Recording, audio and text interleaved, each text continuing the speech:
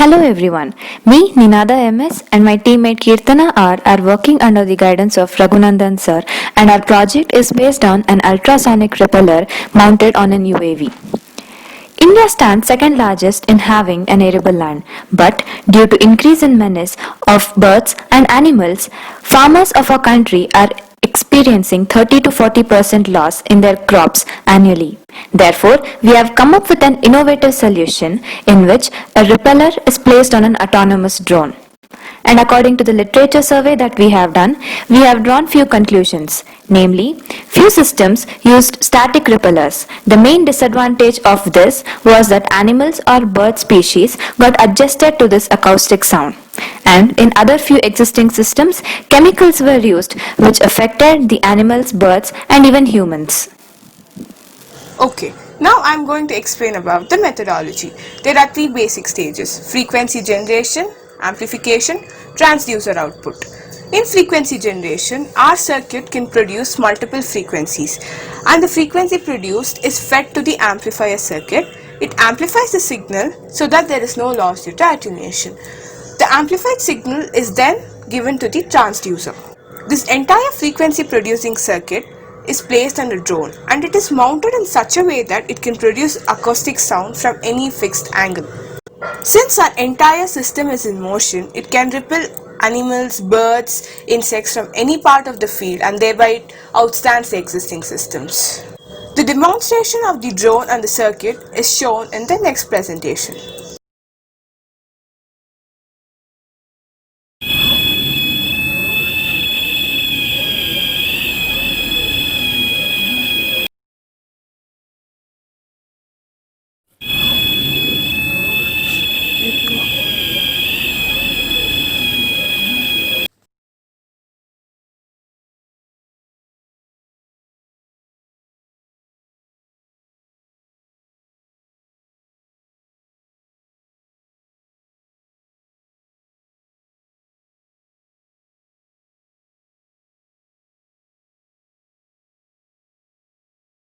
மயில், எலி இது போன்ற அனிமல்ஸ்னால நமக்கு வந்து ரொம்ப விளைச்சல்லாம் ரொம்ப பாதிக்கப்பட்டு நல்லா விளைஞ்சாலும் கூட அந்த அனிமல்ஸ் வந்து அதில் வந்து சாப்பிட்றதுனால அது பார்த்திங்கன்னா மிச்சம் கொடி தான் மிச்சமாக இருக்குது. விவசாயிகளுடைய நண்பர்கள் என்று கூறிக்கொள்ளும் இரண்டு அரசுகளுமே சேர்ந்து இந்த விலங்குகளை கட்டுப்படுத்தி எங்களுக்கு வாழ்வாதாரத்தை பாதிக்கப்படாமல் செய்யாமல் இருக்கும்போது உங்களை வேண்டி விரும்பி கேட்டது. ಈ ಸಮಸ್ಯೆಯಿಂದ ನಮ್ಮ ಎಲ್ಲ ಬೆಳೆಗಳು ಅಂದರೆ ನಾವು ಬೆಳೆದಿರ್ತಕ್ಕಂಥ ಬೆಳೆ ಭತ್ತ ಆಗಿರಬಹುದು, ರಾಗಿ, ಜೋಳ, ಹುರುಳಿ, ಅಡಿಕೆ, ಬಾಳೆ, ಮಾವು ಇತ್ಯಾದಿ ತೆಂಗಿನ ಬೆಳೆ ಸಹಿತ ಬಂದೋಯಿತು. ಎಳನೀರನ್ನು ಸಹಿತ ಕಿತ್ತವೆ. ಇದನ್ನೆಲ್ಲ ಲೆಕ್ಕ ಪರಿಪೂರ್ಣ ಹಾಕಲಿಕ್ಕೆ ಆಗೋದಿಲ್ಲ. ಆದರೆ ಒಂದು ಅಂದಾಜನ್ನ ಹೇಳಬೇಕಂದ್ರೆ ವರ್ಷಕ್ಕೆ ಲಕ್ಷಾಂತರ ರೂಪಾಯಿ ನಷ್ಟವನ್ನು ಕೊಡ್ತಾರೆ. ನಿಮ್ಮ ಪ್ರಾಡಕ್ಟಿನಿಂದ ನಮಗೆ ಉಪಯೋಗವಾಗಿದೆ. ನಿಮ್ಮ ಪ್ರಾಡಕ್ಟಿನಿಂದ ಮಂಗನ್ನು ಹೆದರಿಸಲಿಕ್ಕೆ ಸಾಧ್ಯವಾಗ್ತಾ ಇದೆ. ಈಗ ನಿಮ್ಮ ಪ್ರಾಡಕ್ಟನ್ನು ನೋಡಿದರೆ ಮಂಗ ಓಡಿ ಹೋಗ್ತವೆ.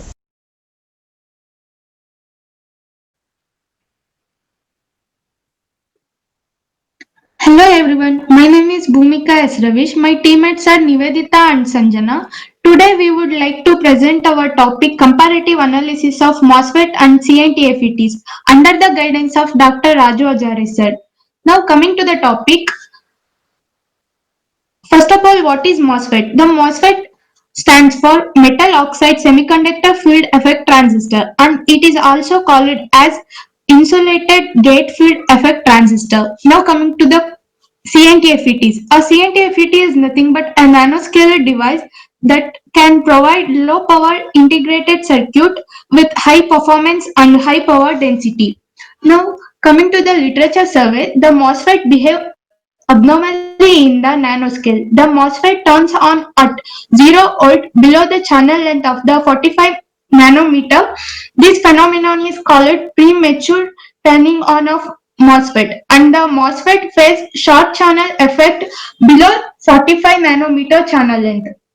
To prevent this, new transistor structures were introduced, that is FinFETs, nanowires and CNT FETs. These limits can be overcome out of this.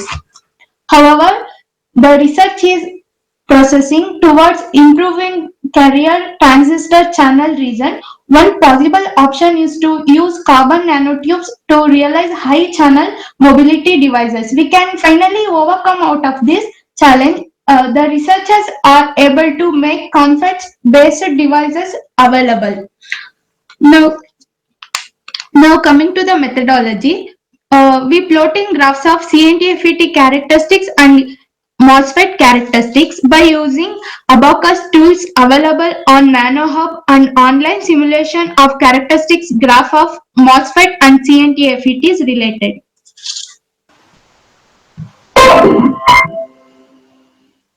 Coming to the characteristics graph, here we have ID versus VG, that is the drain current versus gate source voltage graph between MOSFET and CNT-FET.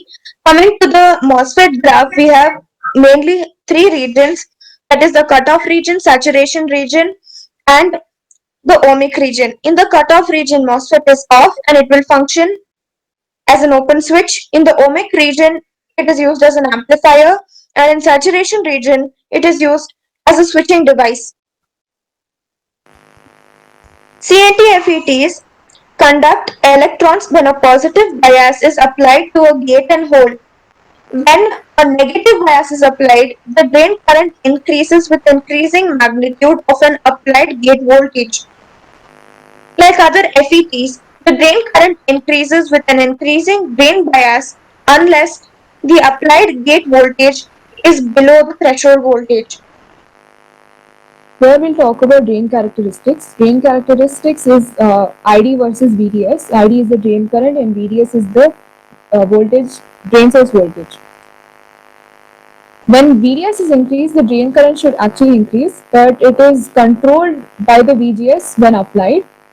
So technically VGS controls the drain current at a certain level. From this we can see that the gate current controls the output drain current, and we can further conclude that MOSFET is a gate voltage control device. On the right we have a CNT-FET graph of drain characteristics. To understand circuit performance of devices, we need to plot the drain characteristics graph. Here we can see that instead of becoming a linear graph as in case of MOSFET on the left, in the case of CNT-FET, the graph is gradually increasing. The line slightly slopes upwards. This is really advantageous because it helps in better electrical behavior when compared to MOSFET. So we can see that devices have a significant advantage when we use a CNT-FET graph. Now coming to the applications.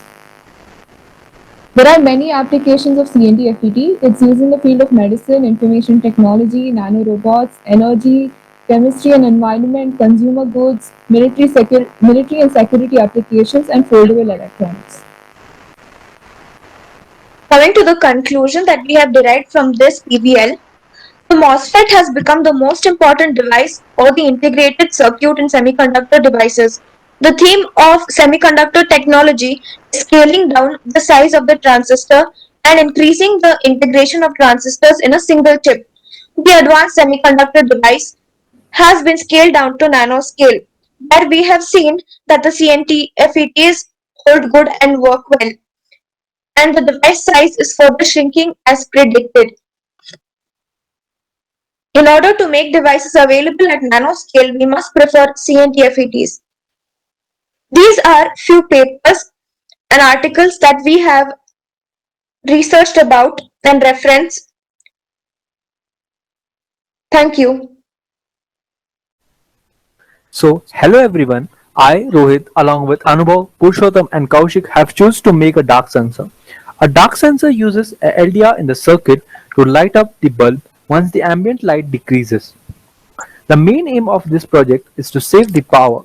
We want to save power automatically instead of doing it manually. So it's easy for the cost effectiveness, and we try to solve the problem of wastage of power by creating a smart system which is capable of operating on its own. Now my friend Anubhav will take on from over here. Here, LDR stands for light dependent resistor or simply photoresistor. The resistance of LDR depends on the intensity or brightness of light incident on it, and the relation is of inverse proportionality. which means that when the intensity of light increases, the LDR's resistance reduces and vice versa. If you reduce the brightness of ambient light, the LDR's resistance increases, resulting in lesser current flowing through the circuit. Exactly the opposite happens when you increase the brightness of ambient light. We could have just used a LDR and a LED, but there are some limitations to it. Like you can't control the brightness at which the LED exactly turns on or off. Also, practically, we would want the LED to turn on when it's dark and turn off when there's enough light. The maximum load that the circuit can drive is also limited. So for these reasons, we move on to a more functional circuit using 2 NPN transistors BC547. Now Kaushik will be explaining why are we using these transistors. For an NPN transistor, the emitter, the collector are of N junction and the base is of P junction. For the transistor to turn on or to allow current to flow from collector to emitter, the voltage at the base should be above a certain threshold voltage. We used a resistor in series with a LDR to convert the change in resistance of the LDR to change in voltage. This change in voltage at the common point between LDR and resistor is used to trigger the transistor by connecting it to base of the transistor. Now let's see the video of working. As you can see, once I cover the LED with my palm, the LED light up, and remove my palm, the LED doesn't glow. And then some applications are automatic street light control and automatic light control system in industry. Thank you. Greetings everyone. Myself Ananya MS and my teammates Harshini and Maunika are working on the project named Analysis of EEG based emotion detection under the guidance of Tejaswini ma'am. So first, emotion. Emotion is a strong feeling deriving from one's circumstances, mood, or relationship with the others, and the emotion can be a joy, sadness, fear, disgust, or anger. So this can be detected using EEG and BCI. And nowadays, emotion detection is one among the growing areas in the field of affective computing, in which the interaction between the machines and the individuals can be improved through the change in individuals' inner states. And this emotion detection using EEG signals is advantageous than the other methods. EEG tracks and records the electrical impulses of the neurons in the brain. And the BCI, we are using a BCI. So BCI is brain computer interface, which is a direct communication pathway between an enhanced or the wired brain and an external device. And these are often directed at researching, mapping, assisting, or repairing the human sensory motor function. And these are all the components of the BCI, which includes the signal acquisition, pre-processing, feature extraction, and so on. And there are many applications of the BCI, which includes some medical application and the prevention of some smoking, alcoholism, and the motion sickness, which is also used in video game like Brain Arena, and it is also used for the purpose of security and authentication. The EEG signal represent combination of waveform and are generally classified according to their frequency, magnitude, and wave morphology. The most common classification uses EEG waveform frequency band, under which EEG signals can be decomposed within 5 different frequency bands, that is delta, theta, alpha, beta, and gamma waves. To classify EEG data, we use machine learning technique. There are different learning techniques. Currently, SVM, that is support vector machine, artificial neural network, are used to classify EEG data. In order to process the recorded signals, we need to use some softwares as a platform. In this analysis, MATLAB is required.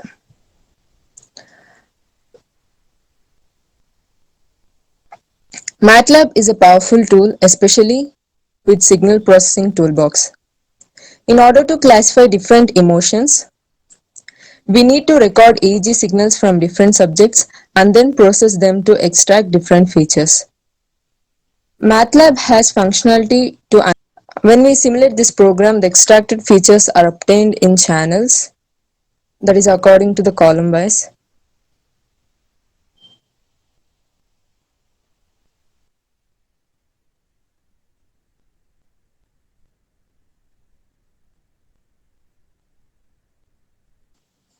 And next comes the applications. Emotion detection has application in different sectors, for example, retail and education. Education application measures real time of learner responses to and engagement with the education content, adapt and personalize content, and measure effectiveness of lecture. Emotion detection plays an important role in interpersonal relationship. Emotions are reflected from their speeches, hand and gestures of the body and through their facial expressions. EEG enabled music therapy in which music played to patients that help them deal with the problems such as pain and the depression. And reference. These are the references we have gone through.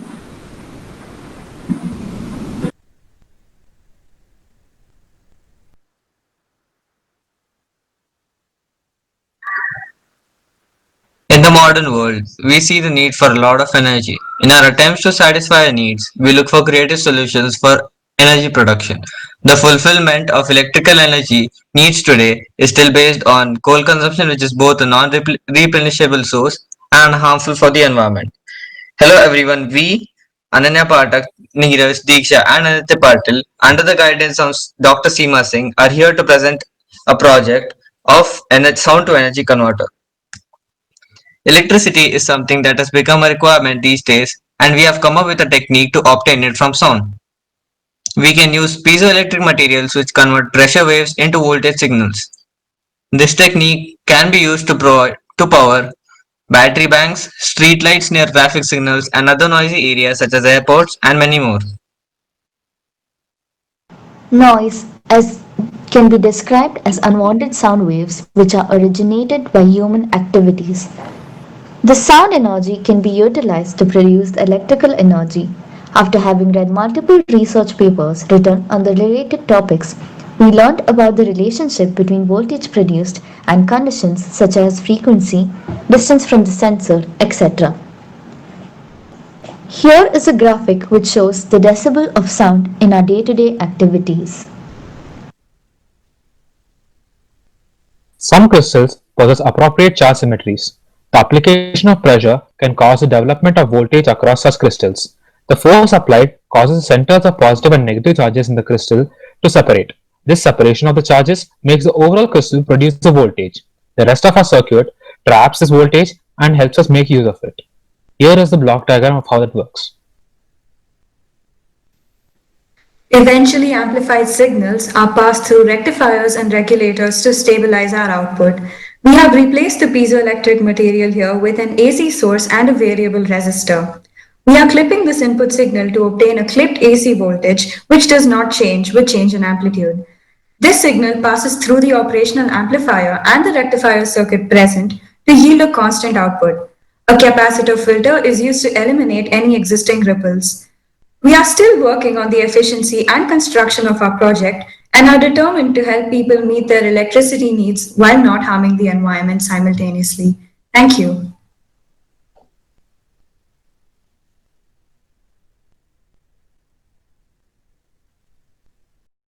A warm welcome to all. I, Ayush Jaiswal, with my team Ripu Daman Singh Badoria and Suyash Saxena, are working on peak detector circuit using op-amp.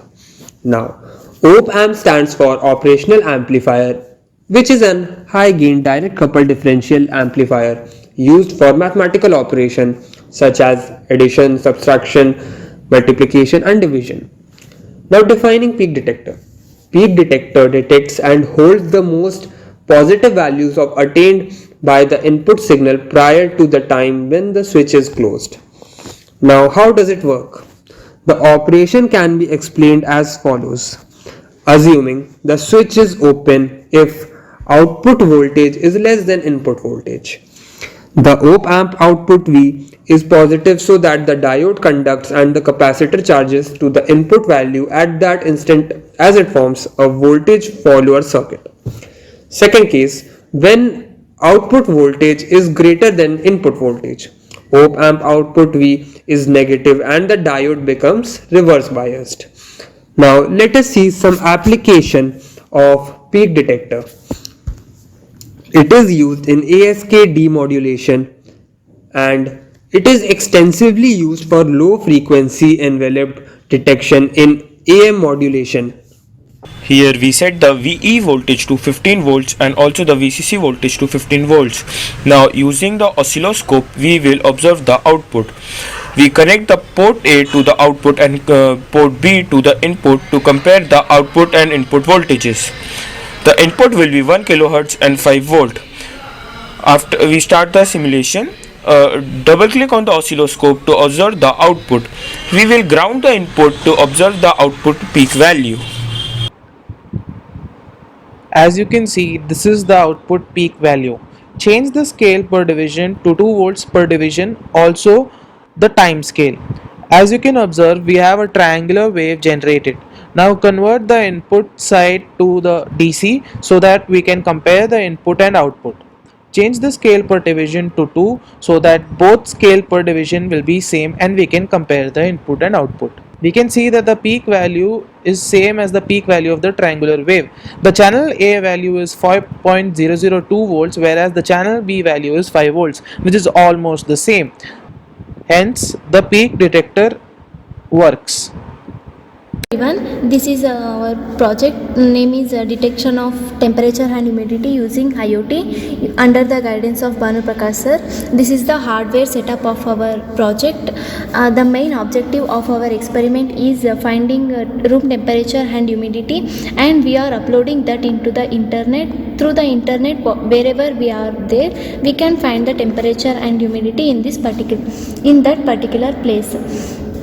The device which we are using here is Node MCU. In other way we can call it as ESP8266.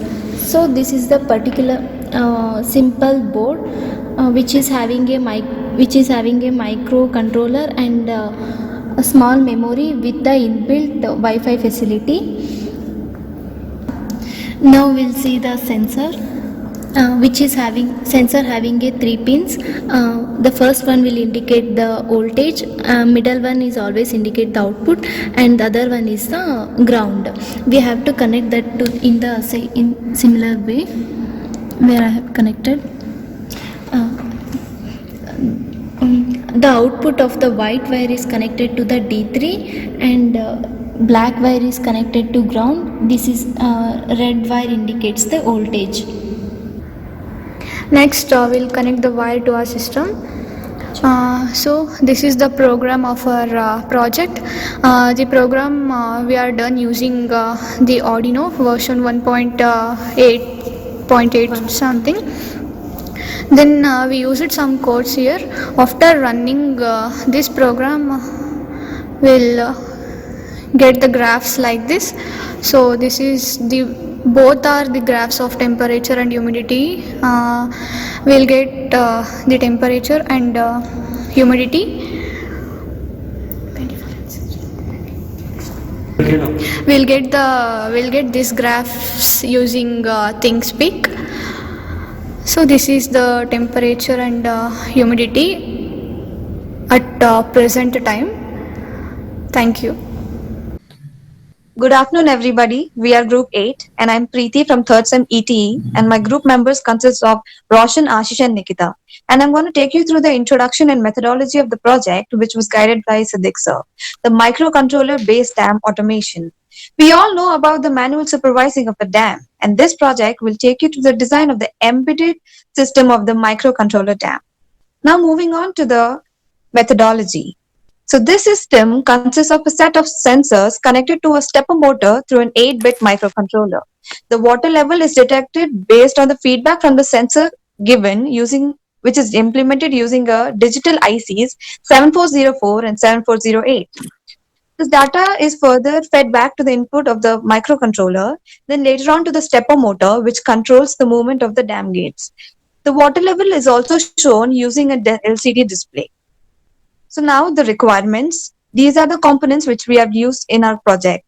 That is the microcontroller, regulator, motor driver, stepper motor, ICs, LCD displays, diodes, resistors, and also two software for the simulation.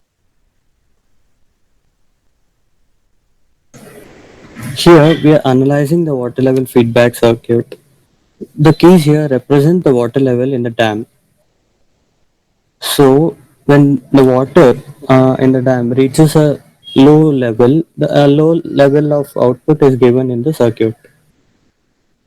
Similarly, when the water level increases in the dam, the medium level output and high level is given as shown in the circuit.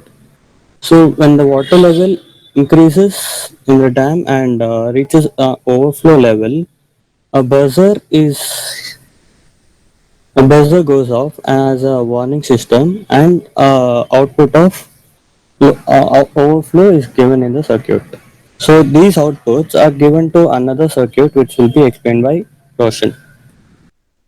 So welcome. This is the dam-based automation system. Now from the output from the water level feedback system is given over here. So basically when the water level is normal, the LCD displays a water level showing the normal level of the water, and the stepper motor does not turn. But when the water level goes to medium, the stepper motor turns by 120 degree, allowing water to flow freely from the dam. But as the water level increases to high, the stepper motor rotates more, opening the dam more for water level flow. As the water level reaches to overflow, the stepper motor completes its whole 360-degree angle, and lot of water is allowed to flow through the dam. But now as the water level decreases, the stepper motor closes the dam accordingly to the same way it had opened.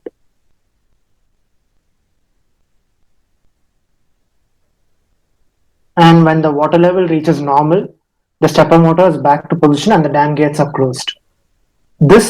All this application is explained by Nikita in the further slide. So since we use microcontroller, it is restricted to small dams. And this concept is used in automatic opening of gates at home. The water level feedback system can be used in soil moisture sensitivity. Thank you.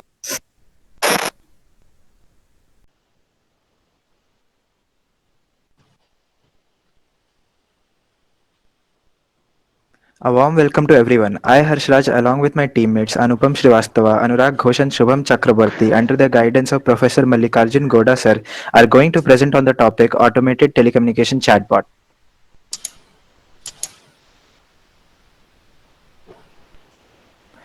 Automated Telecommunication Chatbot. A chatbot is a software application used to conduct an online chat conversation via text or text-to-speech in lieu of providing direct contact with a live human agent, designed to convincingly simulate the way a human would behave as a conversational partner.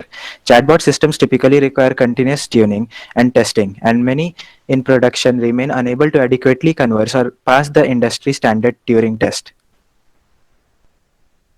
Chatbots are used in dialogue systems for various purposes, including customer service, request routing, or for information gathering. While some chatbot applications use extensive word classification processes, natural language processors, and sophisticated AI, others simply scan for general keywords and generate responses using common phrases obtained from an associated library or database.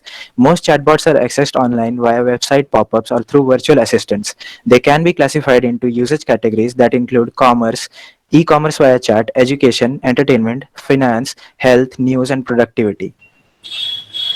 So we are trying to make a chatbot which tells the user about various terminologies of telecommunication engineering and can simulate various circuits involved in telecommunication engineering. Literature survey. Communication through internet is getting popular among the public.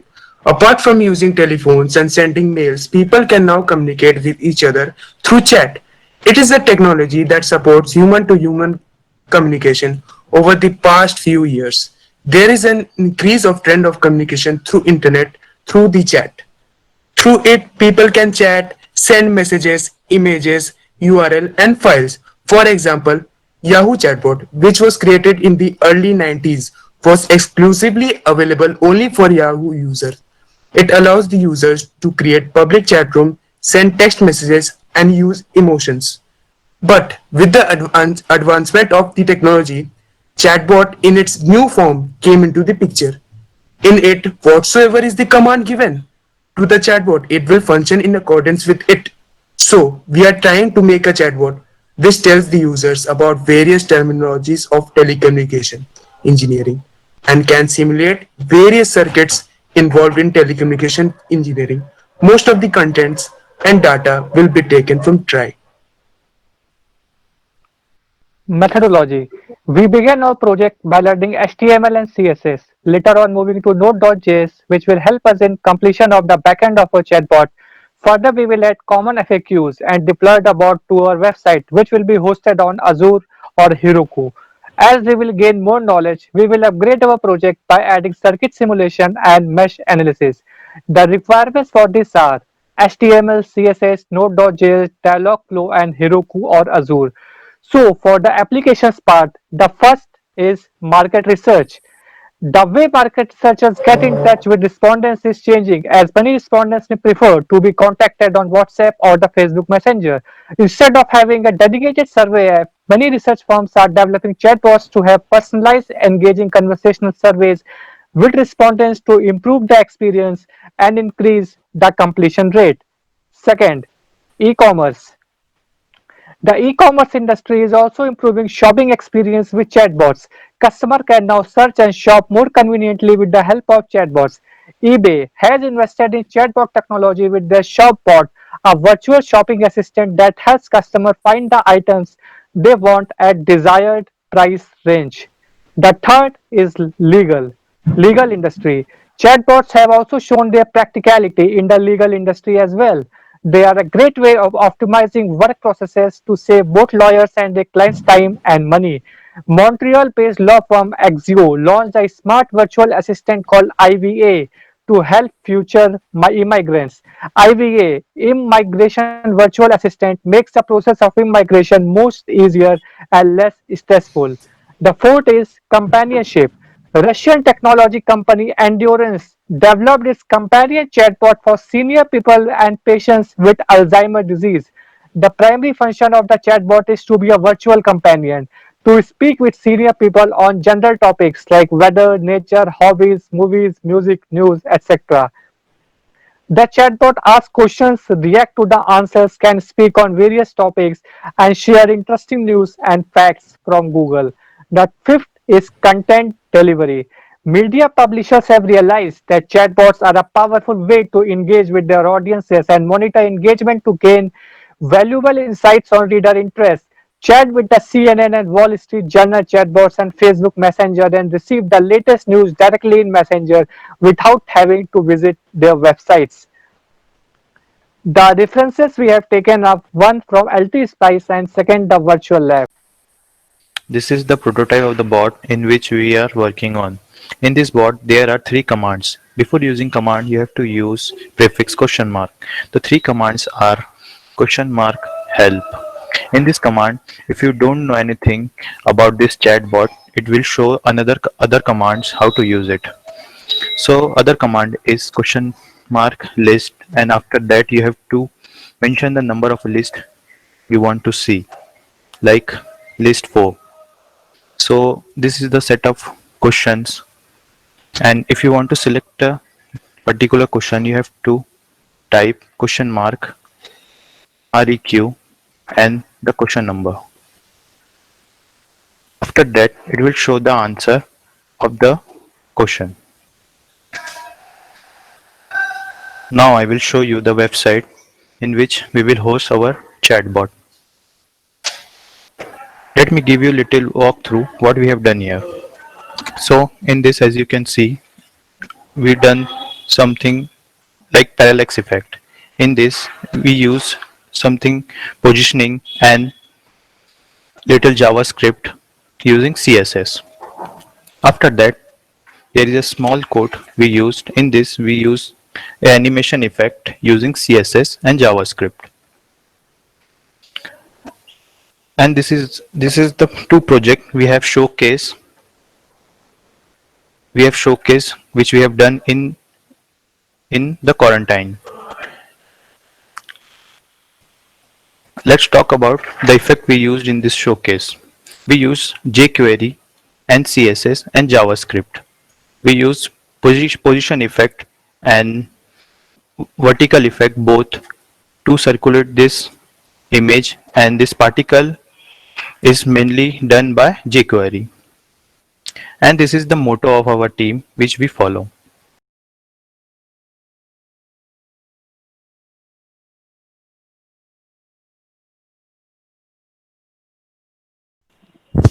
This call is now being recorded. Good morning. Our project name is cell phone charger circuit design done by Darshan Kamath and Shreyas TR from Telecom Department. Mobile phones generally charge with 5-volt regulated DC supply. So basically we are going to build a 5-volt regulated DC supply from 220 AC.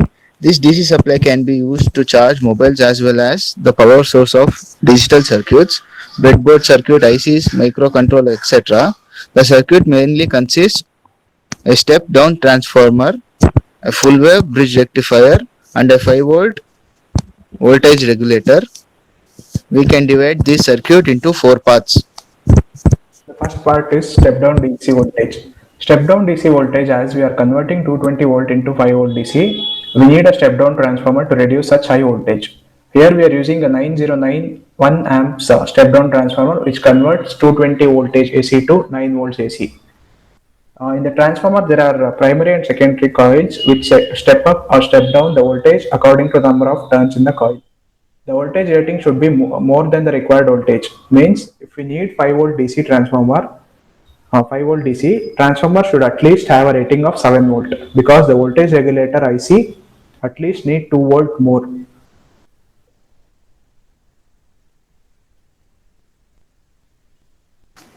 The second part is rectification. Rectification is the process of removing the negative part of the alternate current, hence producing the partial DC.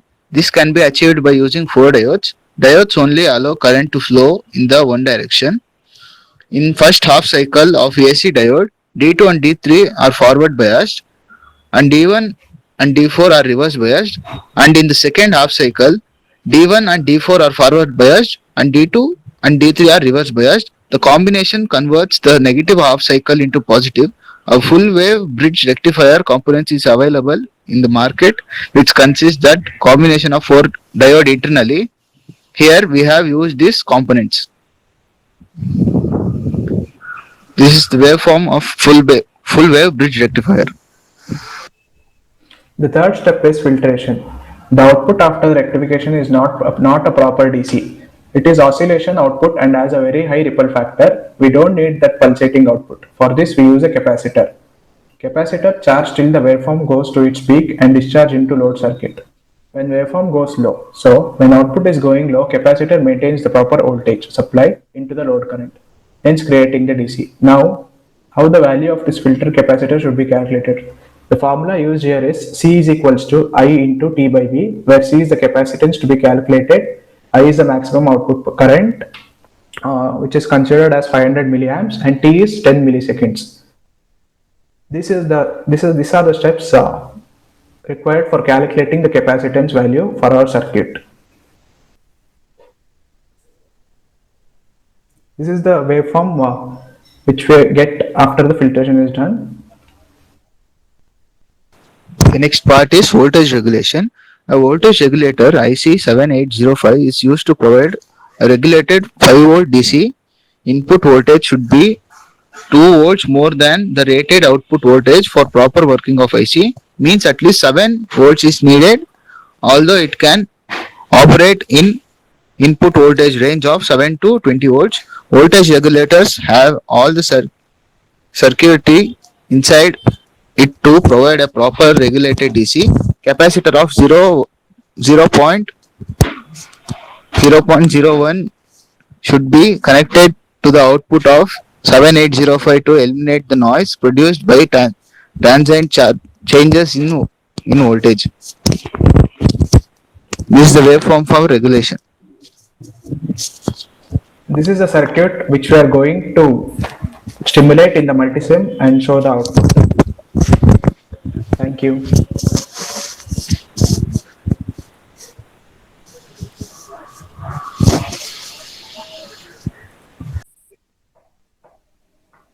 This call is now being recorded. Hi, good morning. My name is Darashriha, and my two mates are Madhuri and Vachana, and we're doing a project on IoT-based well weather reporting under the guidance of Professor Siddiq Iqbal. And what is an IoT? IoT is an Internet of Things, is a network of physical devices, home appliances, vehicles, and other items embedded with electronics and software, sensors, actuators, and connectivity, which enables these things to connect, exchange data, creating opportunities for more direct integration of the physical world into the computer-based systems, resulting in efficiency of improvement, economic benefits, and reduced human nature. When the innovations in technology mainly focus on controlling and monitoring in different activities, these are increasingly emerging to reach the human needs. Most of this technology is focused on efficient monitoring and controlling different activities. An efficient and environmental monitoring system is required to monitor and assess the conditions in case of exceeding the prescribed level of parameters. And when it comes to a literature survey, IoT involves extending internet connectivity beyond standard devices on desktops, laptops, smartphones, and other devices to any range of traditionally dumb or non internet enabled physical devices and everyday objects. Embedding with technology, these devices can communicate and interact over the internet, and they can be remotely monitored and controlled with the arrival of driverless vehicles. A branch of IoT, that is the Internet of Vehicles, starts to gain more attention. The technology behind this is Internet of Things, which is an advanced and efficient solution for connecting the things to the internet and to connect the entire world of things in a network. Here, things might be whatever like electronic gadgets, sensors, and automotive electronic equipment. And objectives, my friend will say you. Yes, hello everyone. In this project is usually designed to collect data from various vehicles on road or moving vehicles, which wirelessly communicate with weather and road conditions that like air temperature, barometer, pressure, visibility, etc. Generally, this device will be required to have long operational lifetime. They don't need manual monitoring all the time. And especially battery replacement is very expensive, so this can be eliminated because it degrades the environment and most often not even feasible. It is also helpful for smart city makers to take decisions that facilitate the living conditions of inhabitants. The first step of this is to devise an organized wireless network to monitor real-time environmental parameters such as temperature, humidity, etc. in remote areas and especially. In IoT-enabled weather monitoring system project, Arduino Uno measures four weather parameters using four sensors. The sensors are temperature sensor, humidity sensor, light sensor, and rain level sensor. These four sensors are directly connected to the Arduino Uno since it is inbuilt analog to digital converter. The Arduino calculates and displays the weather parameters on LCD display. Then it sends the parameter to the internet using that is IoT technique. The process of sending data to the internet using Wi-Fi is repeated after the constant time interval. Then the user needs to visit a particular website to view the data. The project connects and stores the data on the web server. Thus, user gets live reporting of the weather. Internet connectivity of internet connection with Wi-Fi is compulsory in this IoT weather forecasting monitoring project. These are the requirements, hardware components. We use ESP8266, breadboard, DST11 sensor, light dependent resistor, LED, resistor of 10K and 1K ohms, and male to male jumper wires. Arduino software, we use Arduino Embedded C, block diagram. This is a block diagram in which we have made this circuit and application Madhuri will continue.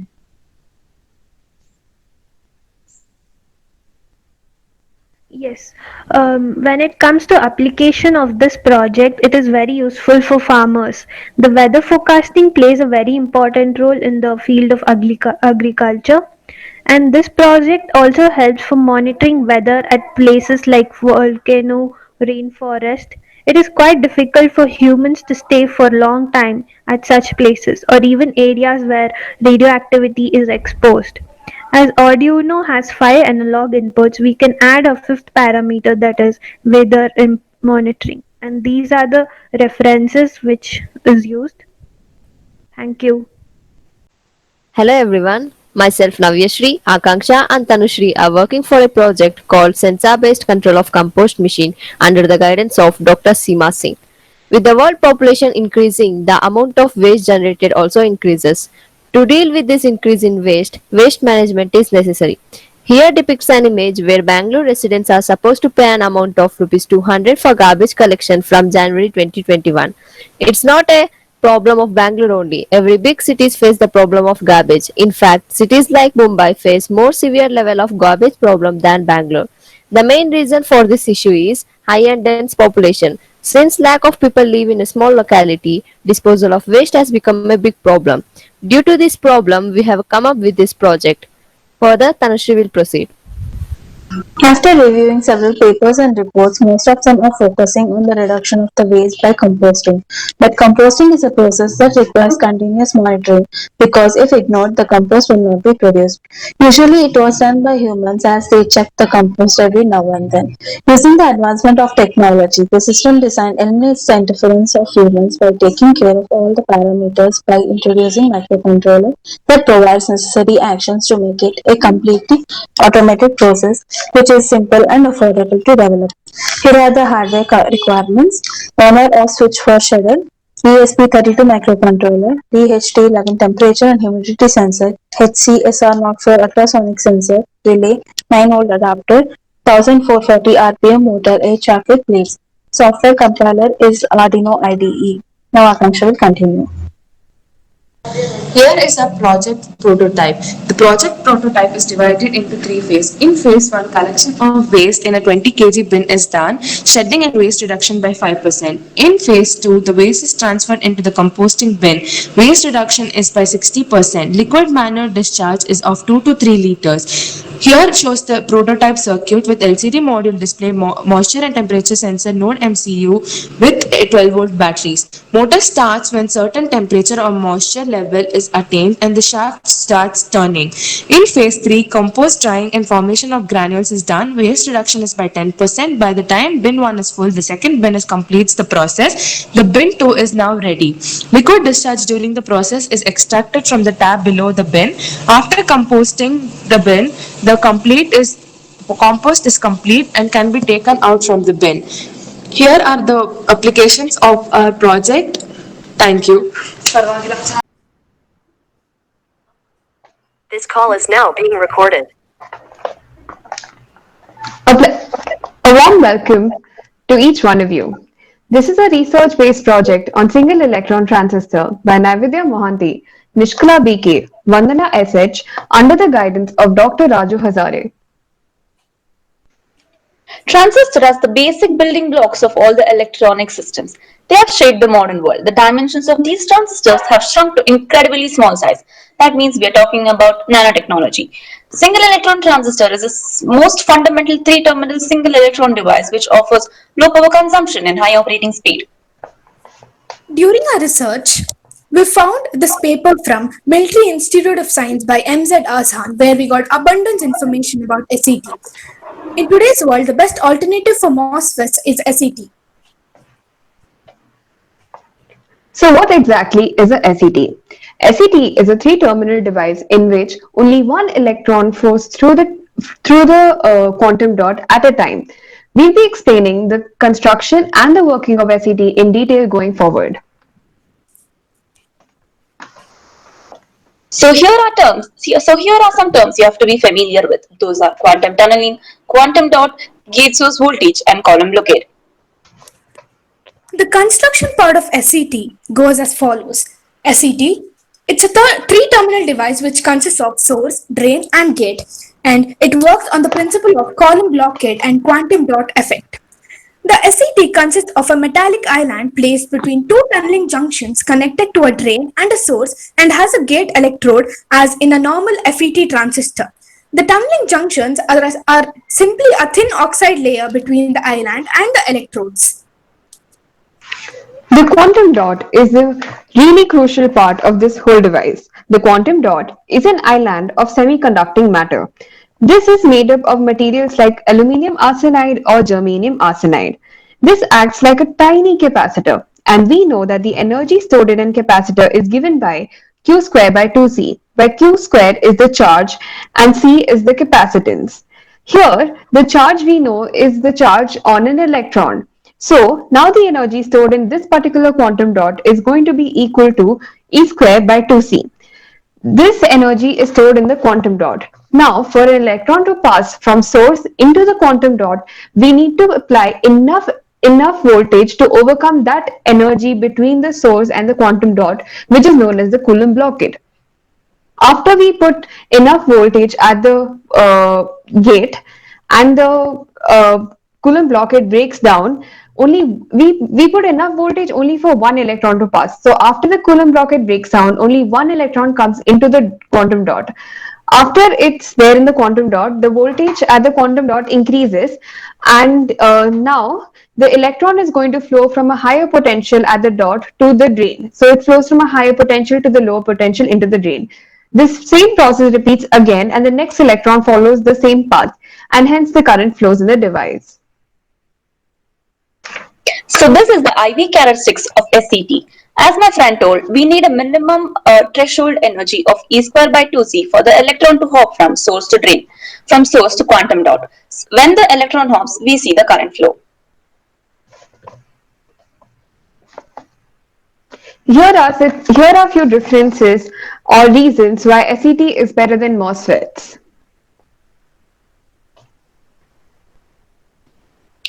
Methodology.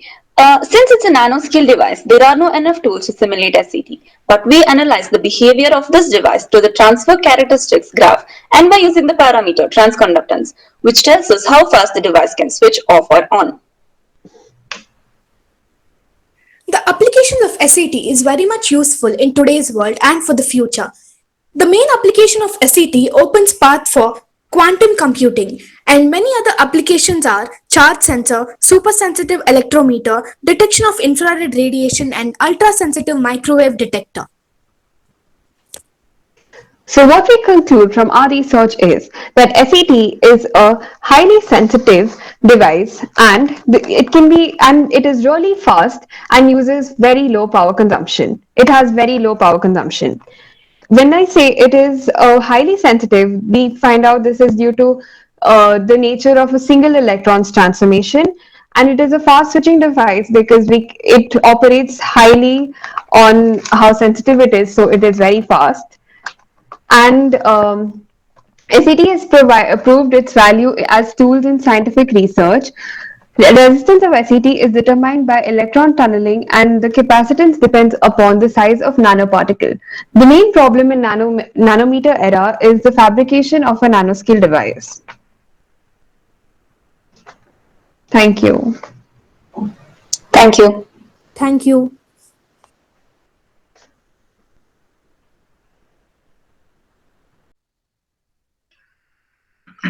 This call is now being recorded. Hello everyone, myself Prajwal from third sem ED branch. So now we are going to do a small project using an application. So now our topic is stimulation of C amplifier circuit using PSpice, submitted by Abhishek, Narendra and myself under the guidance of Mallikarjun sir. So generally what is C amplifier? So C amplifier is three basic single stage bipolar junction transistor, and it is generally used as a voltage amplifier. It is most frequently used in configuration in practical amplifier circuits. So it is most widely used because it provides a good voltage gain.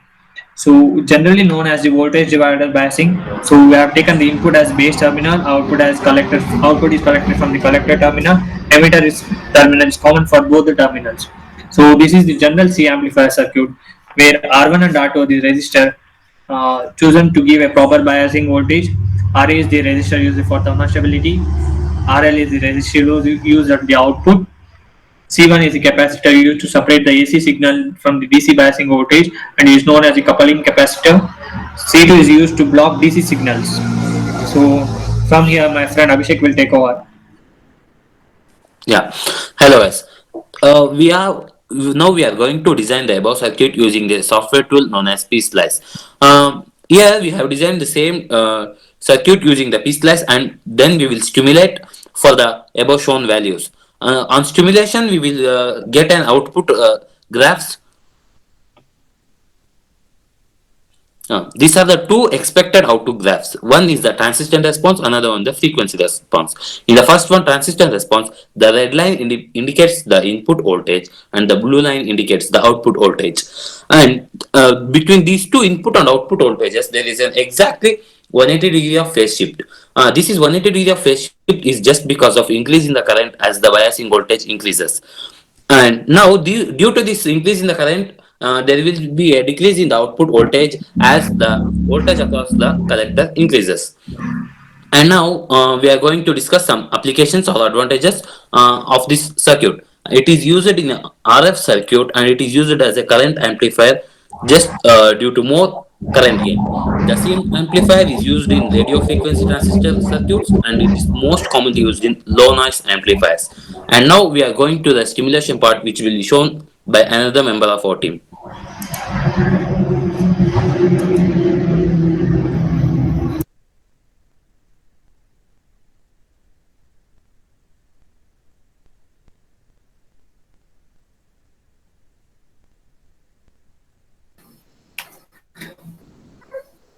Yeah, myself Narendra, and where now I am showing you the making of an CE amplifier circuit and its stimulations. Yeah, this is the circuit which we have got, and we have used an 6 resistance and an amplifier and a capacitors. Capacitor where we use these capacitors for to purify the DC signals, and after stimulation we have an two graphs called, one is a frequency response graph and another transient graph. Where I'm showing the graph, where this is the frequency response graph which we have got, and then the next graph is the transient graph. Transient graph. This is the transient graph which we have got, and where the red line indicates the input and green light indicates the output. Yeah, thank you.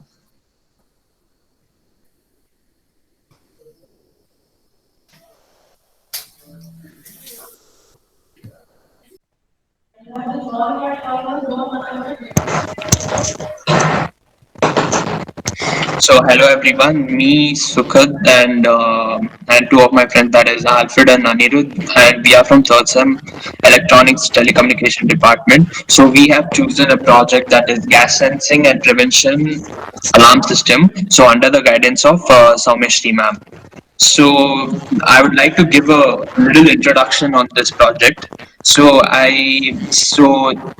Gas leakage leads to various accidents resulting in like the both material loss and human injuries. The reason for such explosion is due to substandard cylinders or old valves or worn out regulator and lack of awareness in handling gas cylinder. So the LPG or propane is flammable mixture of hydrocarbon gases which are used as a fuel. So due to the explosion of LPG, the number of deaths has been increased in recent year. So to avoid this problem, there is a need of a system to detect leakage of LPG. So and my friend Alfred will explain the block diagram. Okay, so in this circuit, we've actually used four basic components. One is an LPG gas sensor, Arduino Uno, a buzzer, and an LCD screen.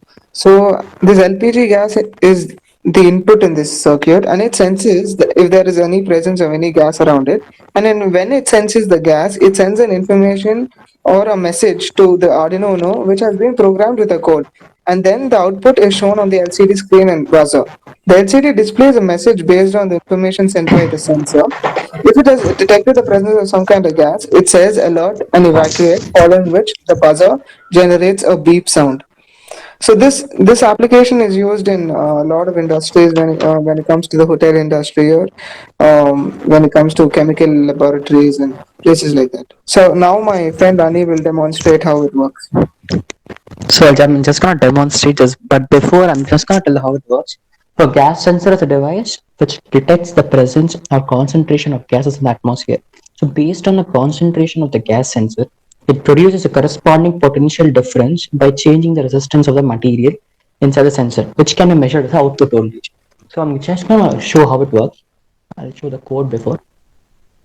So this is our code. It is in C language. It can be understood by everyone. So just start a simulation.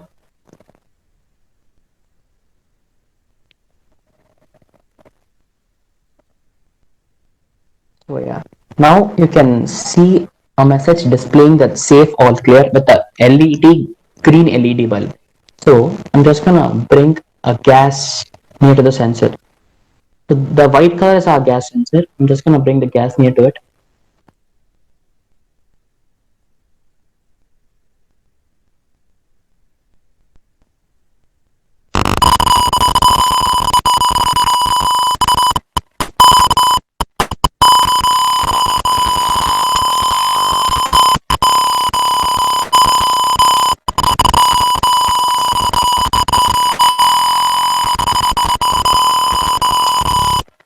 So as you saw, there was a loud beep sound with a message displaying alert, please evacuate, and with red LED on.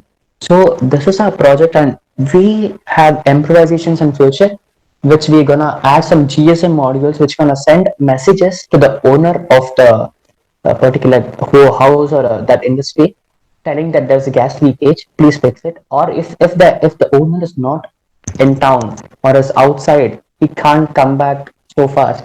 So we thought of adding an automatic switch. If the gas is leaked for more than 20 to 30 seconds, it should automatically turn off. So that's what we have thought about the future. So yeah, that's our project. Thank you. Thank you. Thank you. Stop the recording.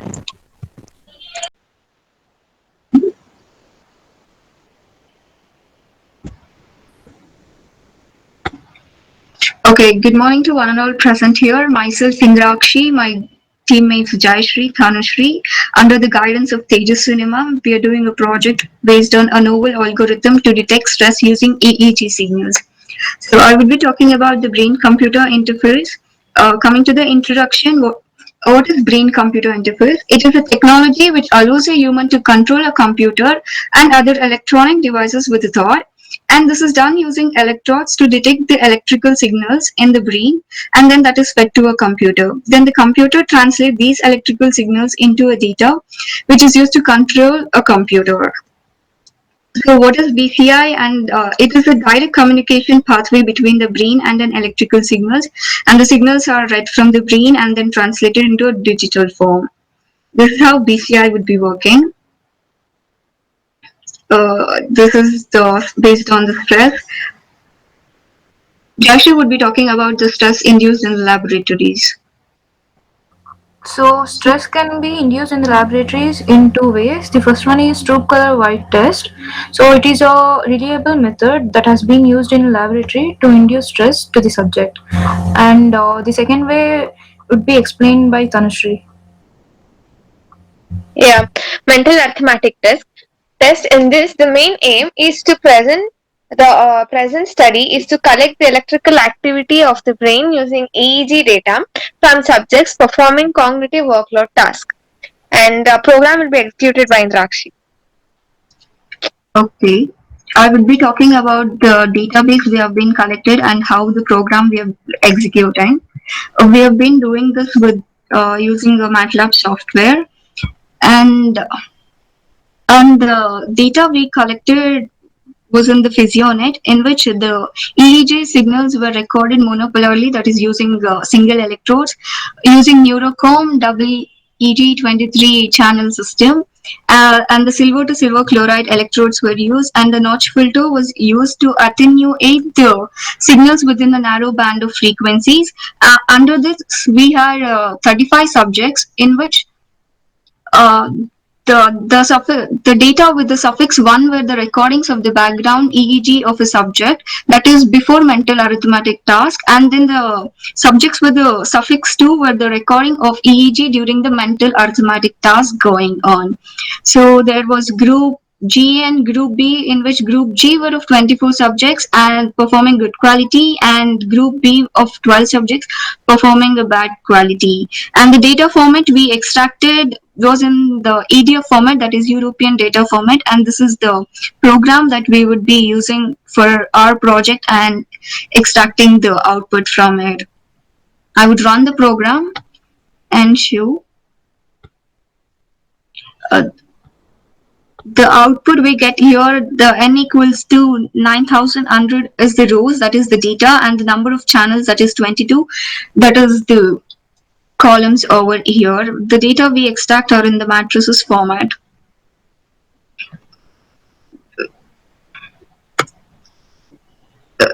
We are still exploring on this, and we would be further continuing with the same program. Thank you.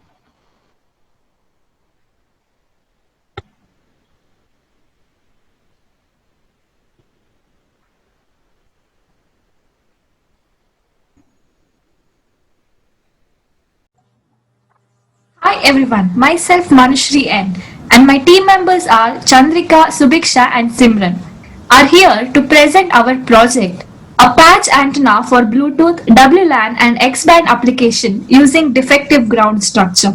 Under the guidance of Mr. Banu Prakash Sir, Assistant Professor of TCE Department in BMSIT. An antenna is an electrical device that converts electric power into electromagnetic waves and vice versa. The antenna is the main component in wireless communication. For example, the two most important devices in our life is mobile phones and television. Both the devices rely on wireless communication. Literature survey have revealed the following. Multiband antenna are not compact. Miniaturization of multiband antenna can be achieved using slots and DGS. By varying the dimensions of slots and DGS, obtained frequency can be shifted to useful frequency and return loss can be minimized. Gain can be improved using slots. The objectives of our project is to design multiband antenna using slots and DGS, to analyze the performance of design antenna for different parameters like return loss and gain, to fabricate the simulated antenna and to test the fabricated antenna. The methodology we use here is we choose a compact size for the antenna and then start off with the etching of slots and DGS. Then varying the dimensions and frequency tuning. This is how we achieve the multiband antenna. The front view and the back view of the antennas are as shown in the figure. The dimensions are 40 x 40 x 1.6 millimeter. The grey part on the front view indicates the substrate, which is FR4 epoxy, whose dielectric constant is 4.4. The yellow part indicates the patch and the feed. The back view consists of the ground plane in grey color, and the yellow portions are the slots, where an L-shaped and I-shaped slots are etched. This graph plotted here shows the obtained frequency along with their S11 parameters. These frequencies are 2.6, 5.2, 7.3 and 9.4 GHz. Next, we have the VSWR graph. The desired value is 1.6. All the VSWR values for each frequencies fall under 1.6. These figures indicate the gain obtained by each frequencies. These are the radiation pattern that we obtained for each frequencies. Currently, we have been working on publishing a paper for this design, and plagiarism is in progress, and these are the few papers we used as references. Thank you. Good morning. I am Ramya U. Kashyap. Our project guide is Professor Raghunandan GH Sir. Today we'll be talking about our project which is UAV based Areca nut cutter. So to begin with, the areca nut trees have an average height of 13 meters, which is about 98 feet tall. And once the areca nuts ripen, it can only be harvested by climbing the trees and plucking them. This can be a very tedious process and it also requires skilled laborers. Thus, this project aims to build a mechanized system to eliminate the need of manual climbing. Now coming to the literature survey, we refer to a paper called an automatically controlled drone-based aerial pesticide sprayer. This paper talks about the implementation of a device which is a combination of a quadcopter and a spraying machine that can be used to spray pesticides. So we intend to carry forward this idea to implement the areca nut cutter, which will be a combination of a drone and a robotic arm. Now I request Prajwal to continue. The principle that is used in the project is radio frequency transmission, where we control the drone and the robotic arm using the transmitter. We can harvest the areca nuts by flying the drone to the height of the areca nut tree and cut the areca nuts using the robotic arm fitted with a sharp blade. We also aim to develop on this project by installing a camera incorporated with image processing that will differentiate between ripe and raw areca nuts. Hence, the drone will detect and help us harvest ripe areca nuts. We will make use of artificial intelligence for the above process by programming the camera using multiple sample pictures of areca nut.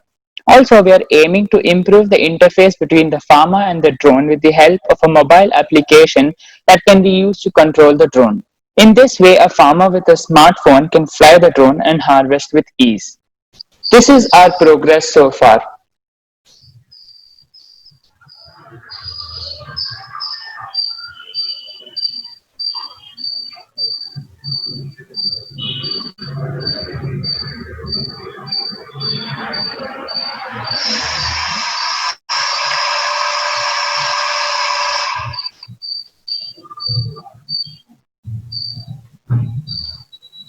Now we move on to the requirements for the drone. In the first picture, we can see brushless DC motor which will rotate the rotors. The lift required for the drone to fly is created by these rotors spinning at high speed. Now I request Vishal to take over. Flight controller. It is the brain of the drone. It controls all the operations of the drone. The drone is programmed using the flight controller. Receiver and transmitter is a mode of communication between the pilot and the drone. ESC, electronic speed controller. It controls the flow of current to the brushless DC motors. The entire drone operation is powered by the lithium-ion battery which will be fitted on the drone. Now coming to the robotic arm. The main purpose is to create a robotic arm with real-time image processing using Raspberry Pi. The program is written in Python. A robotic arm is a mechanical structure with electric motors and end effectors. Like the human hand, arm consists of shoulder, elbow, wrist, and blades as end effectors to cut the areca nuts. The arms can be made up of plastic, acrylic sheet, aluminium. The Raspberry Pi is a low power controller which uses a micro USB connection to power itself. In this project, we are using USB webcam to monitor the real-time object image on the Raspberry Pi. I request Nagvini to take over. I am Nagvini. UAV with a robotic arm has its application in two main fields, the first one being agriculture. UAV with a robotic arm can be used to harvest fields that grow on a higher altitude. And the second application is logistics or delivery. UAV with a robotic arm could potentially replace the current delivery system and could also prove to be quicker and more effective method. Now, these are the references used, and thank you. Hi everyone. Our PBL topic is an automated waste segregation system using deep neural network. We are 5 members in a group and our project guide is Dr. Seema Singh. This is one of the article published in Times of India about the waste. This is the introduction why we need a waste segregation system. This is the overview. We are using an AI-based waste segregator that automates the segregation process and effectively classify the waste into different categories. These are existing solutions. The proposed system, in this system we are using a waste, classify the waste into 6 different categories, that is recyclable 1, recyclable number 2, etc. The waste that are fed into the systems are classified to their respective type by 3 fundamental stages: acquiring and processing of image captured of the waste material with the help of an onboard camera, classification done by neural network, the physical segregation of waste conducted by means of control mechanism. So this is the main diagram of our project. The waste is being entered from the funnel-like structure on the moving conveyor belt. The onboard camera captures the image of the waste, and with the help of convolutional neural network, the classification of the waste is being done by the system, and accordingly the motor starts working. For example, if the waste is of type plastic, then the motor nearby bin number 4 starts, and the limb connected to that motor block the waste on its path and direct it towards the bin number 4. So in this way the whole system will work. This is the block diagram of our project. This is the methodology. We are using 15,000 images for 6 categories and modification and retraining of pre-trained CNN and AlexNet. These are different categories of waste. This is the hardware specification of our project. This is about the waste segregation system. With the help of powerful deep layered neural network, convolutional neural network, a machine learning tool, high accuracy of segregation results can be achieved.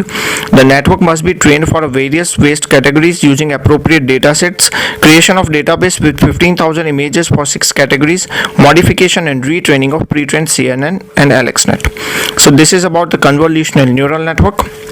This is the snippet of database. This is the application of our project, and these are some references. These are the codes which we are using in MATLAB. First one is for webcam. This code is used to detect the images from webcam, and according to that it will label it.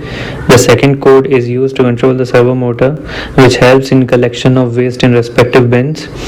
Third code is used to resize the image, as AlexNet processes the image in 227 by 227 by 3 configuration. And the last code is for real-time testing, which tests the code. So this is how the webcam will scan the images and classify the images, as the labels are provided by the AlexNet. Hello everyone. We, the students of BMSIT from Electronics and Telecommunication branch, have done a PBL on diabetic retinopathy detection. So basically, our wearable devices adopt the technology of biosensors and wireless data communication, which allow the individual to access and transmit information in all sectors.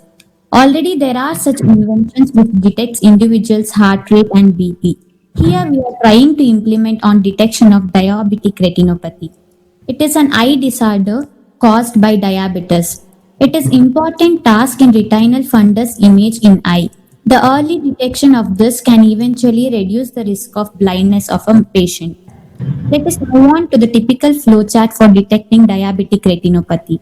At first, we take retinal images as our input from some standard database, and then we perform pre-processing and segmentation of that captured image. After image enhancement, extraction of retinal parameters such as nerve fibers and blood vessels. After that, abnormal features are extracted and disease severity analysis is carried out to detect whether it is normal, mild, severe, or proliferative. Like this, we detect DR in 4 steps. The first step in visualizing or detecting the diabetic retinopathy stage includes visualizing of image, which is done by using MATLAB, which is categorizing defective eye and the normal eye, and it is taken from the data store using IMDS, which is an inbuilt command of MATLAB. Then both are compared using image processing and then categorized under different from the source.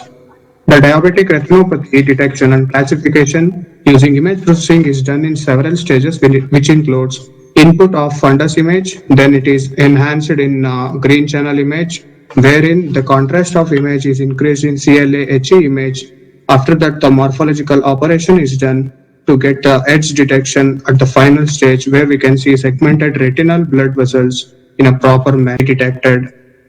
Let's move on to some of the applications. One of the main application is graphical user interface. Here, in this diabetic retinopathy, the fundus images are collected will be in the form of .jpg, and these images are imported to the software for diagnosis. And the information of fundus images are collected in history table after the screening, and again the software is connected to Microsoft Excel to export the data which is collected in history table, and the images are grouped in sheets according to the classification. Here, the results shows that the diabetic retinopathy affects nearly 2/5 of the population. And here, some of the references which we referred for our project. Thank you. Greetings to everyone. We are group number 5 from 5th semester of ET department. Our project is on implementation of Unitel design. It is evident that wireless networks are a dominant technology trend and are very widely used. Wireless sensor networks consist of sensor nodes, which have their own devices through which they detect the changes in the environment and they alert it to a system for taking the required action. But one drawback of the system is that there are security issues. Active and passive attacks might take place. So, to rectify this drawback, we are incorporating an SHA1 algorithm. Here we are using a MATLAB as a tool for implementation of SHA1 algorithm. SHA1 algorithm is a cryptographic hash function. It produces a 160-bit, that is of 20-byte hash value known as message digest. A SHA1 hash value is typically a hexadecimal number of 40 digits long. These cryptographic hash functions are used to protect the data of information. It is commonly used cryptographic hash algorithms are MD5 and SH1. These are used in security applications. The objective and the ideology, that is the summary. The establishment of links between nodes is a challenging problem in WSNs. So because of this resource limitation, symmetric key established is one of the most suitable for securing exchange in WSNs. The Unitel design overview. The Unitel design theory involves system of finite sets which on interactions have numeric properties. The Unitel set of T has a finite set of X of V points or elements, V subset of X called blocks, each block of size K.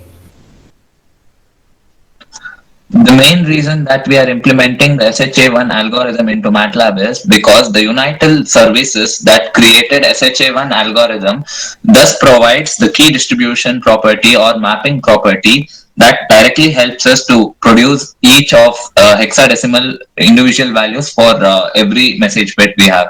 So we have 5 different steps in which the whole message can be converted into hexadecimal value and transferred easily. So the message padding is basically one of the main aspect of Unitel design, which breaks down the message in terms of hexadecimal values that are unique. So every message requires a special verification through iteration statements. At last, the 512 digit is then profound with 32-bit of registers to get a 160-bit of output, whatever may be the message signal be. So let us see one of the examples for the conversion of towards hexadecimal value.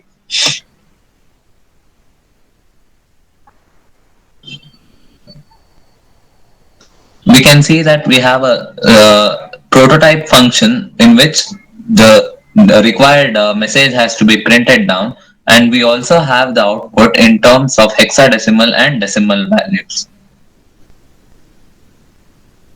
Thank you. Okay, so today we are here to present our project iTrasher. Our teammates are Rushank, me, that's Karunya, Kuber and Neeraj. So the guide we're working under is Mr. Raghunandan GH. He's an assistant professor in the Department of ETE. So now my teammates will just give a glance through the project. Yeah, so this is the introduction slide. Waste management is very crucial in the present days. Recycling the materials is as important as disposing them in the correct manner. iTrasher is a project that satisfies both the requirements in a smart manner. It can be used in homes and the manure generated can be used for the plants. The plastic waste can be sold to the vendors for recycling. Now, what is an eye trasher? Eye trasher is an innovation that helps in the segregation of waste and converting them into useful products in a smart and efficient manner. This product has been designed in a way where it can be used by anyone without any hassle or any trouble. It also deals with two types of waste materials, plastic and organic waste materials. The adamant rule proposed by the BBMP suggests that the waste must be segregated into three mandatory categories. So the first one is organic waste, which includes fruits, vegetable peels and leftovers, flowers, eggshells, banana leaves, etc. And moving on to the second category, the recyclable waste, which consists of paper cups, Tetra packs, bulbs, glass bottles, tin cans, etc. And the third is the reject or sanitary waste, which include bandages, syringes, paints, blades, diapers, etc. We mainly deal with the organic and recyclable waste as we need special required permissions for reject or sanitary wastes. And moving on to some of the advantages of eye trasher. There is a reduction in collection cost as no money is to be paid to the BBMP trucks which collect waste, no missed pickups and reduced overflows. The waste generation analysis can be obtained in a graphical manner since everything is computerized. And since the eye trasher is a closed system, there won't be any emission of harmful gases into the atmosphere. So these slides give a brief survey on the waste composition and the waste source. So from the first graph, it can be seen that more than 60% of the waste come under the organic waste category, 11% under sand and earth, 7% under plastic and 9% under paper. And hence eye trasher covers the major chunk of waste disposed. Coming to the source of waste, we can see that more than 50% of the waste is being originated in the residential areas, and hence our project focuses more on the usage in the residential areas, following which it can be used in markets and other commercial premises. Here we have a graph which shows the amount of waste collected per day state-wise, and we also have the amount of waste that is treated from the collected waste. So we can see that only 62% of the waste generated is collected, out of which less than 50% of the waste is treated, and hence this we can say how important it is to treat waste, and our project satisfies the need. So moving on of the project. So talking about the working, there are two departments, two compartments in our project. The first one is the plastic waste compartment and the second one is the organic waste compartment. Talking about the plastic waste compartment, as we can see that there's an inlet for the plastic waste to be put in, and moving on to the inner structure of the plastic compartment, we can see a plate which is attached with screws. This mechanism helps in plastic waste. So we've also provided an outlet for the removal of the plastic waste after it's been crushed. So this is the organic waste compartment, which also has an input and an output.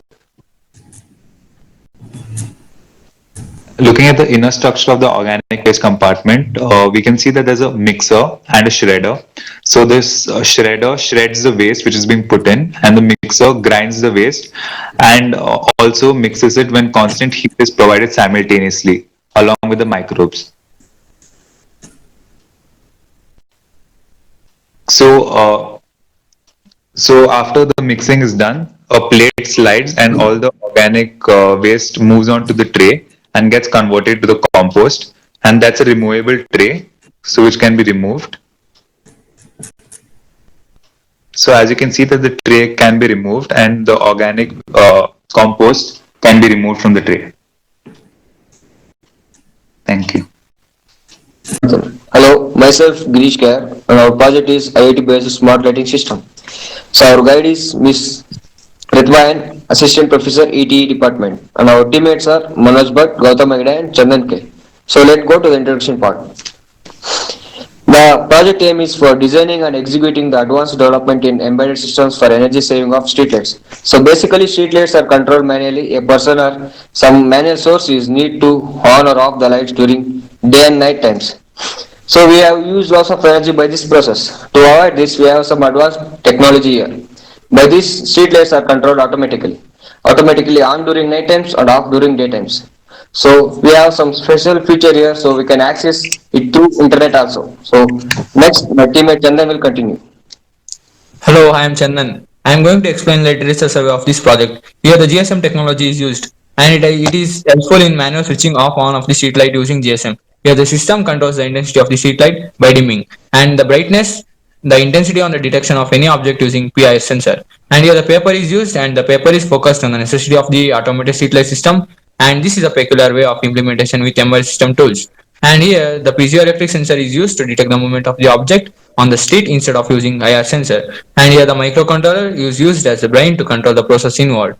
And this paper gives a solution to controlling the intensity of the light considering the movement on the road. And here are the requirements of this project.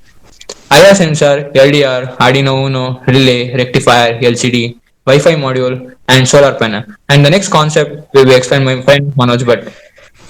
Hello, myself Manoj Bhatt. It is the flowchart of our project.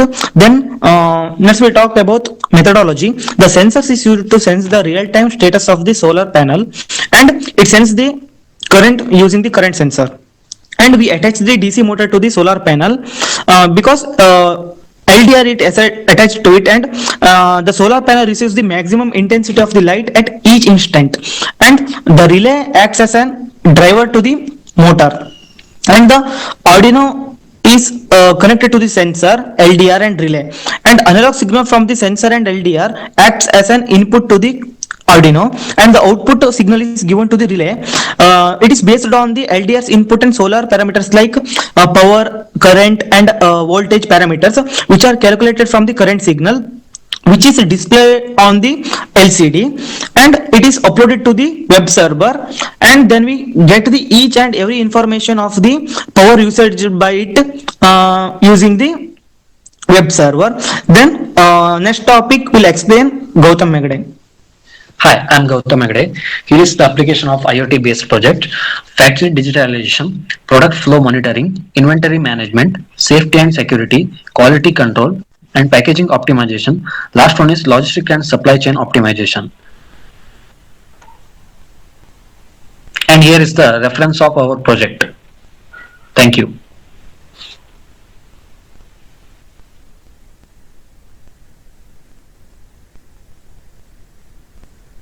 Ding ding.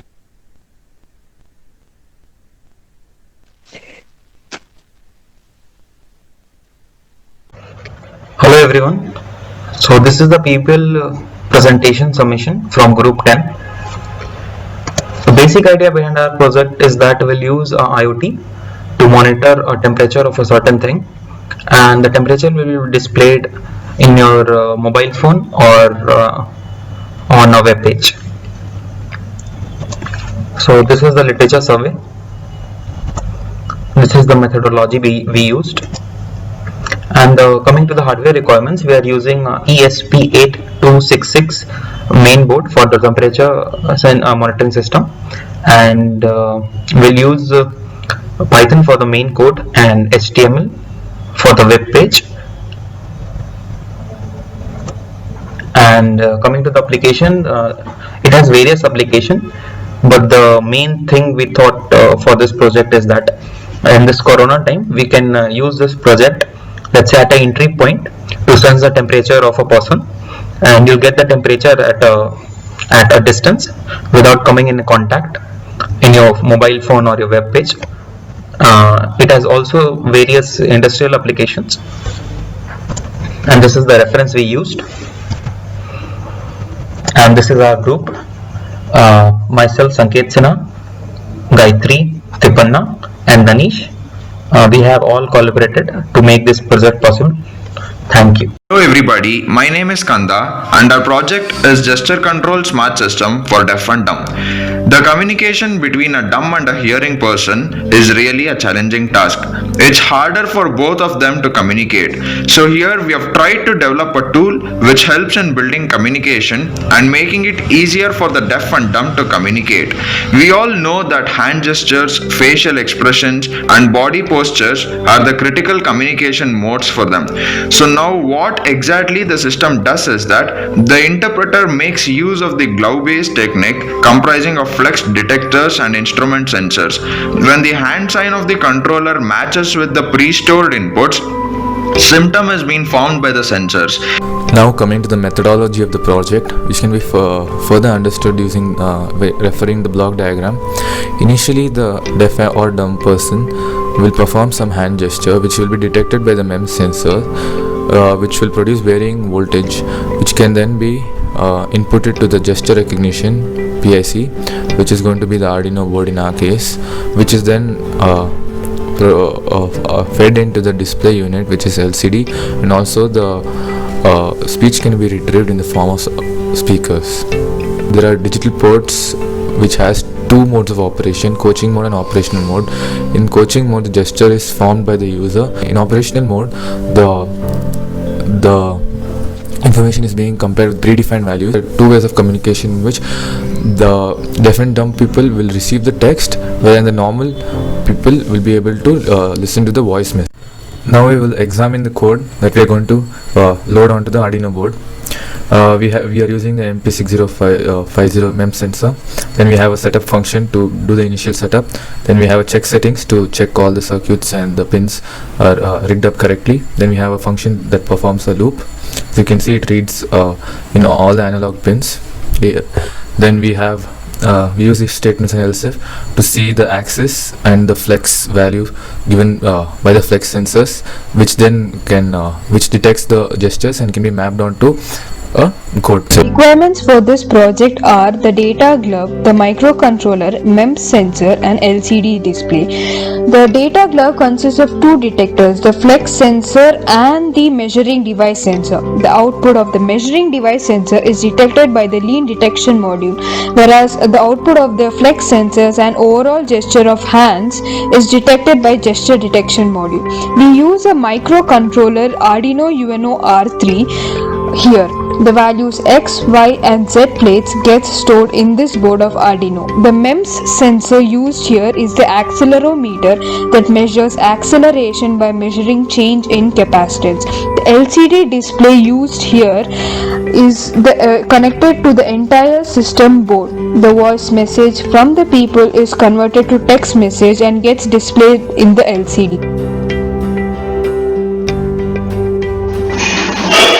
Literature survey. The first project is orientation sensing for gesture-based interaction with smart artifacts. Similar methodology was used, but instead of Arduino's microcontrollers. For communication between the deaf or dumb people with other deaf or dumb people and normally abled people. Can be used as a sign language learning device. Can be used to make games like dumb charades. Can be used in environments where sound does not propagate. Example, space, noisy places, etc.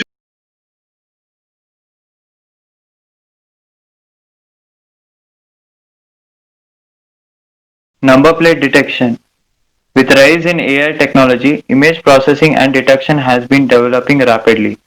So today we are using MATLAB to detect number plate in car, which is very helpful in identifying and keeping records of car. Let me show you some random samples of our number plates.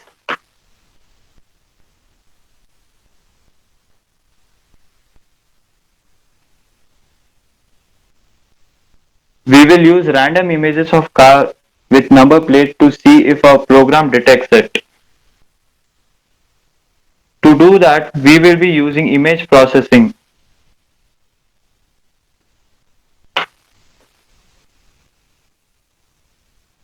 We are using image processing which convert a given analog image into digital image from a sensor and extract only the required number plate.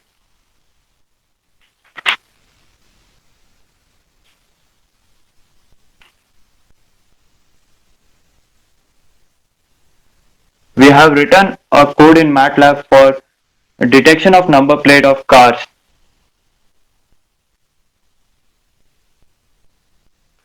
This is a quite a lengthy program, so we'll put it in a nutshell. Actually, digital image algorithm can be used to convert signals from an image sensor into digital image.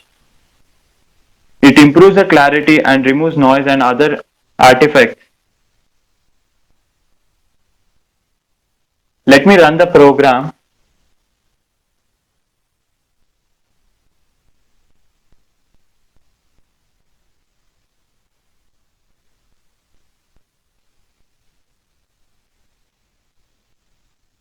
We can see here, this is the number plate, and here we get the output which is exactly the same.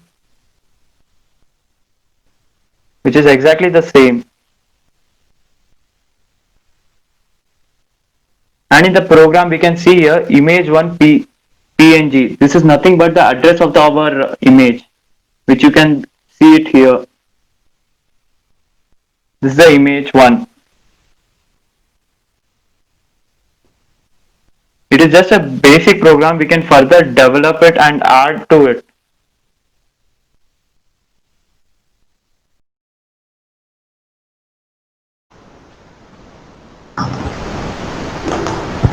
Hello everyone, this is Bhargav. This is a PVL demonstration about the PVL project is development of sensors based compost mission using electronic control unit and IoT. And this is the introduction. Our project is mainly based on waste management.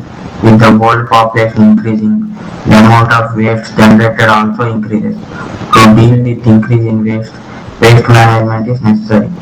So, actually waste management deals with different types of waste, including household waste, industrial waste, etc. To contribute to the environment, and the alternative is the processing of organic waste into compost. Composting is the delicate procedure of supervised decomposition of organic waste, which gradually transforms waste to nutrient-rich manure. This is the project development of compost mission. So composting is the breakdown of organic matter with the help of microbial living organisms. For these microbial living organisms, they require 4 equally important components to function efficiently. They are carbon, nitrogen, oxygen and water. So now cycle literature survey. After reviewing several papers and reports, most of them are focusing on the reduction of the waste by composting. But composting is a process that requires continuous monitoring because if ignored, the compost will not be produced. Usually it was done manually by humans as they check the compost every now and then. With the advancement of technology, the constant human monitoring system is being replaced with an automatic monitoring system which takes care of entire process. Composting is a very tedious process which requires constant monitoring but is a big problem solver for the environment. The aim is to produce compost in a fast, efficient, economical method. Now Abhishek Reddy will tell about methodology. Myself Abhishek Reddy. I am presenting methodology and construction of the project. The layout of the compost machine is shown in the figure. It can be seen there is a hopper and a shredder motor with a shaft with blades connected inside the chamber. The outlet pipe, a garage chamber and the temperature sensor, soil moisture sensor and ultrasonic sensor also inside the module which is fixed inside. The hopper and shredder is used to the shedding the waste into smaller particles. The microcontroller is used ESP32 is the brain of the compost machine which gives instruction to the various sensors and the actuators present. The ultrasonic sensors measures the height and the height of the waste. Hi, this is Mohan sir. I am telling about requirements for our project. As the compost process happens, the temperature and moisture content of the compost pile is detected by the DHT11 sensor and transmits this data to microcontroller present in the electronic control unit. When the temperature increases, the microcontroller sends a signal to the relay, which switches on the motor for a set period of time until the normal conditions are achieved. So the same is done if the moisture content or humidity of the compost pile is higher than usual. The ideal moisture content should not exceed 50%. Therefore, the mixing is done by the motor, which has a shaft attached with blades or arms which run through the length of the cylinder. There is one application, that is the new trend of the terrace gardening and indoor gardening has been gaining popularity over the last few years, and many small scale farmers require quality compost. Thank you.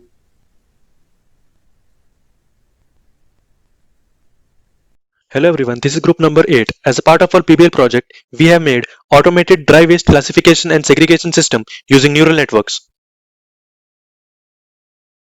Today, a huge amount of solid waste is generated in urban areas. The waste consists of many types that require different ways of treatment.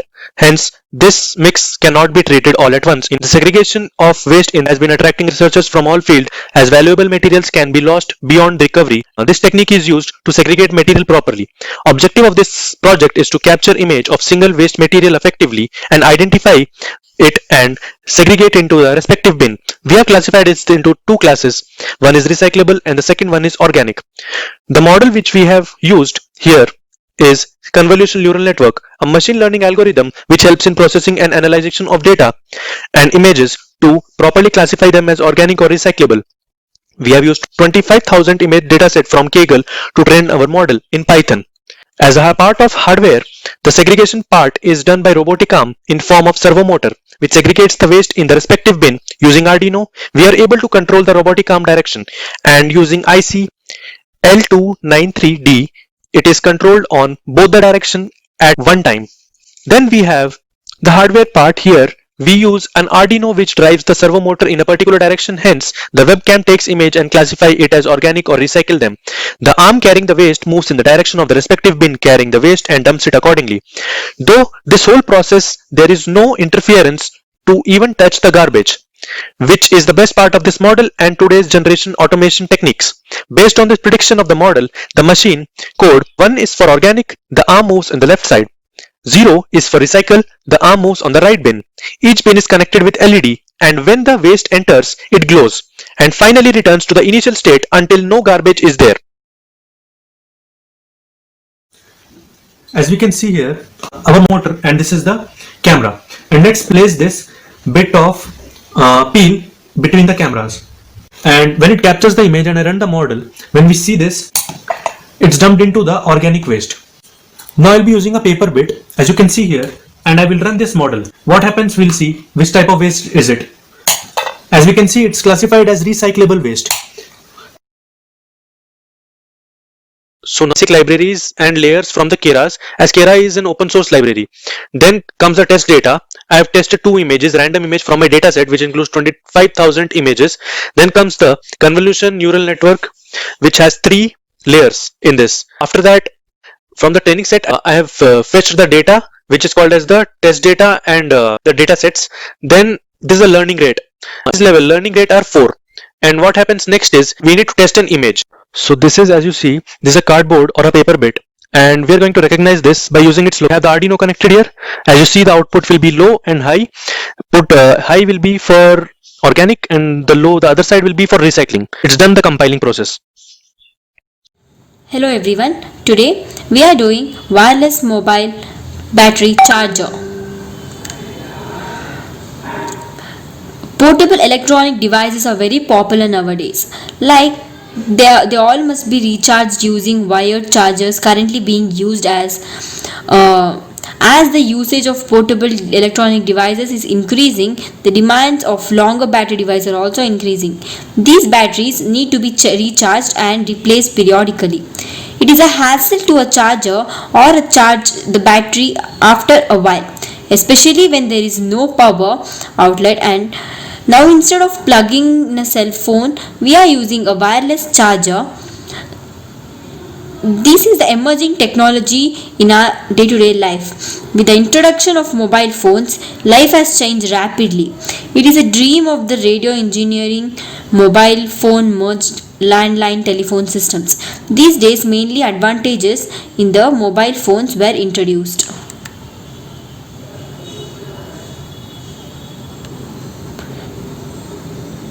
This circuit mainly works on the principle of mutual inductance. Power is transferred from transmitter to the receiver wirelessly based on the principle of inductive coupling.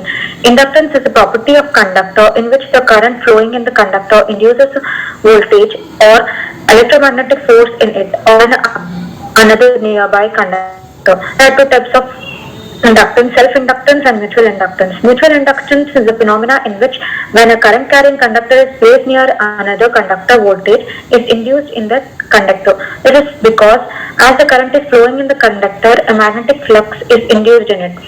This induced magnetic flux links with another conductor and this flux induces voltage in the second conductor. Thus, two conductors are said to be inductive coupled. These circuits require only resistors, capacitors, diodes, voltage regulator, copper coils and transformer. In our wireless battery charger, we used circuit, that is a transmitter circuit used to produce voltage wirelessly.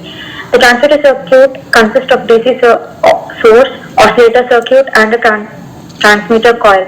Oscillator circuit consists of two N-channel MOSFETs, IRF 540, 4. Here is the advantages of the wireless battery charger. Usage of separate charger is limited and phone can be charged everywhere and anytime. It does not require wire for charging, easier than the plug into power cable. Thank you.